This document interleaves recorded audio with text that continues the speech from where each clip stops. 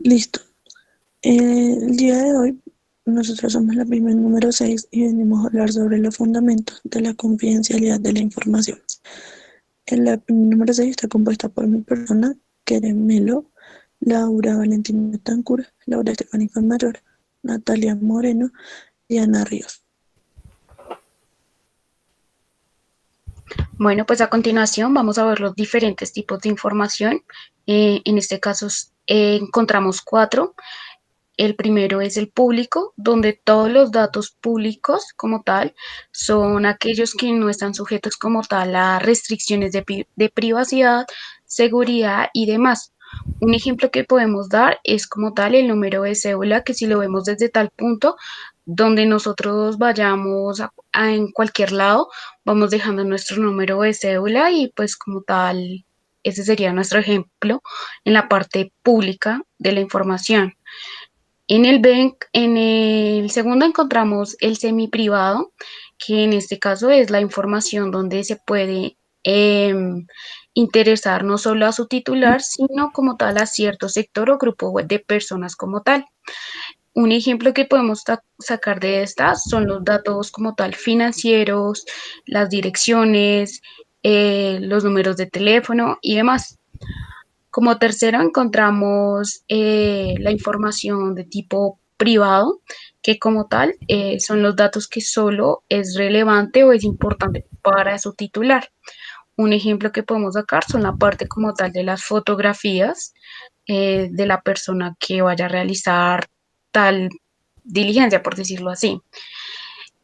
Como cuarto y último encontramos la parte sensible, también conocida por categorías especiales como tal de datos, y se trata básicamente de datos personales que por su naturaleza son particularmente sensibles en la relación con los derechos y demás. Un ejemplo que podemos sacar de esto son la base de correos electrónicos.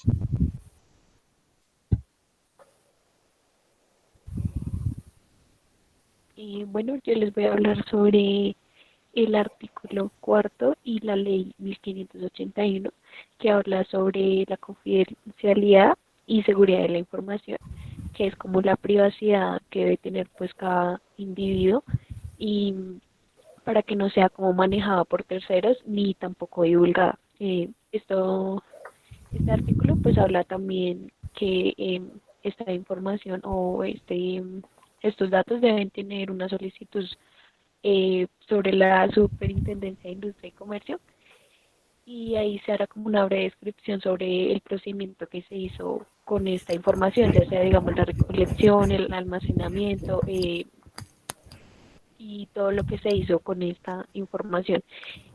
También habla sobre que tampoco se puede usar medios engañosos ni fraudulentos para recolectar esta información. Bueno, yo les voy a hablar en qué consiste el artículo 4 del decreto 1377. Este artículo trata de la recolección de datos personales que son adecuados para la finalidad de la cual se requiere, de acuerdo a la normatividad vigente. En este artículo también se habla de que de acuerdo a la Superintendencia de Comercio, el responsable de la recolección de datos personales debe dar una breve explicación de cuál es la necesidad de obtener los datos y una descripción de cuál es la finalidad de estos.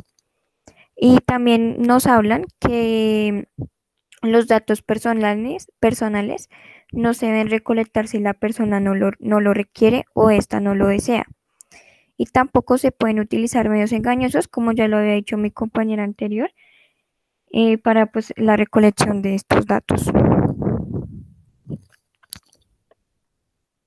El artículo 23 del decreto 377, este consiste en que todo responsable o encargado deberá indicar a una persona o a un área esto para que emplee la función de la protección de datos personales, que son los derechos a los que se refiere la ley 1581 del 2012, que en pocas palabras, esta ley quiere decir que es la protección de los datos personales, aquellas actividades que se inscriben en el marco de la vida, privada o familiar de las personas.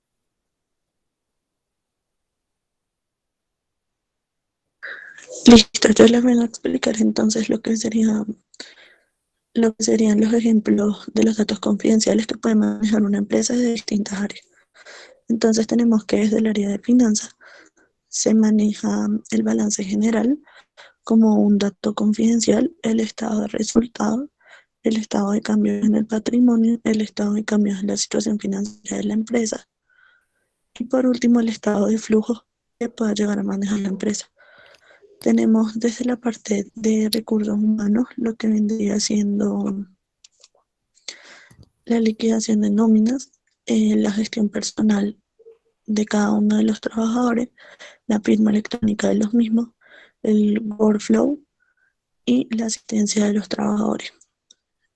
Por si tenemos el Conovote, que se podría dar como un ejemplo cuando un programador de 20 años de experiencia, aunque no componga de estudios, puede decirse que tiene grandes conocimientos prácticos, o sea que sería como parte de la empresa como su Conovote, ya que esto es como el conocimiento de la empresa sobre algo y se tiende a decir que es un dato como totalmente confidencial porque es lo que le da a la empresa ventaja sobre otras.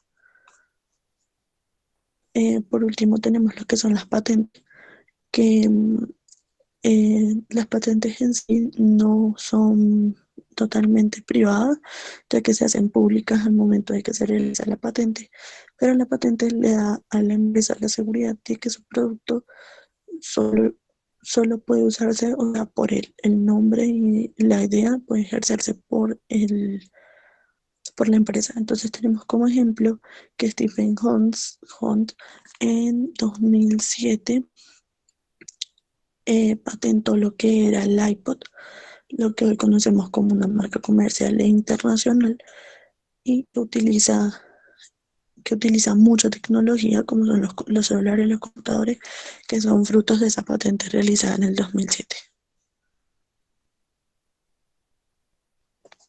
El contrato de confidencialidad. El contrato de confidencialidad es un convenio o un acuerdo de no divulgación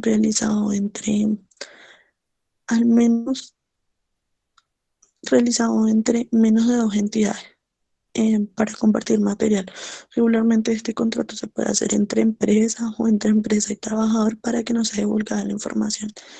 Es un contrato totalmente legal y se puede decir que es un acuerdo de forma más formal en el que se da a entender que ninguna de la información dada por una empresa o por la otra puede salir de ese contrato. Esta fue nuestra presentación, esperamos que hayan quedado claros los temas.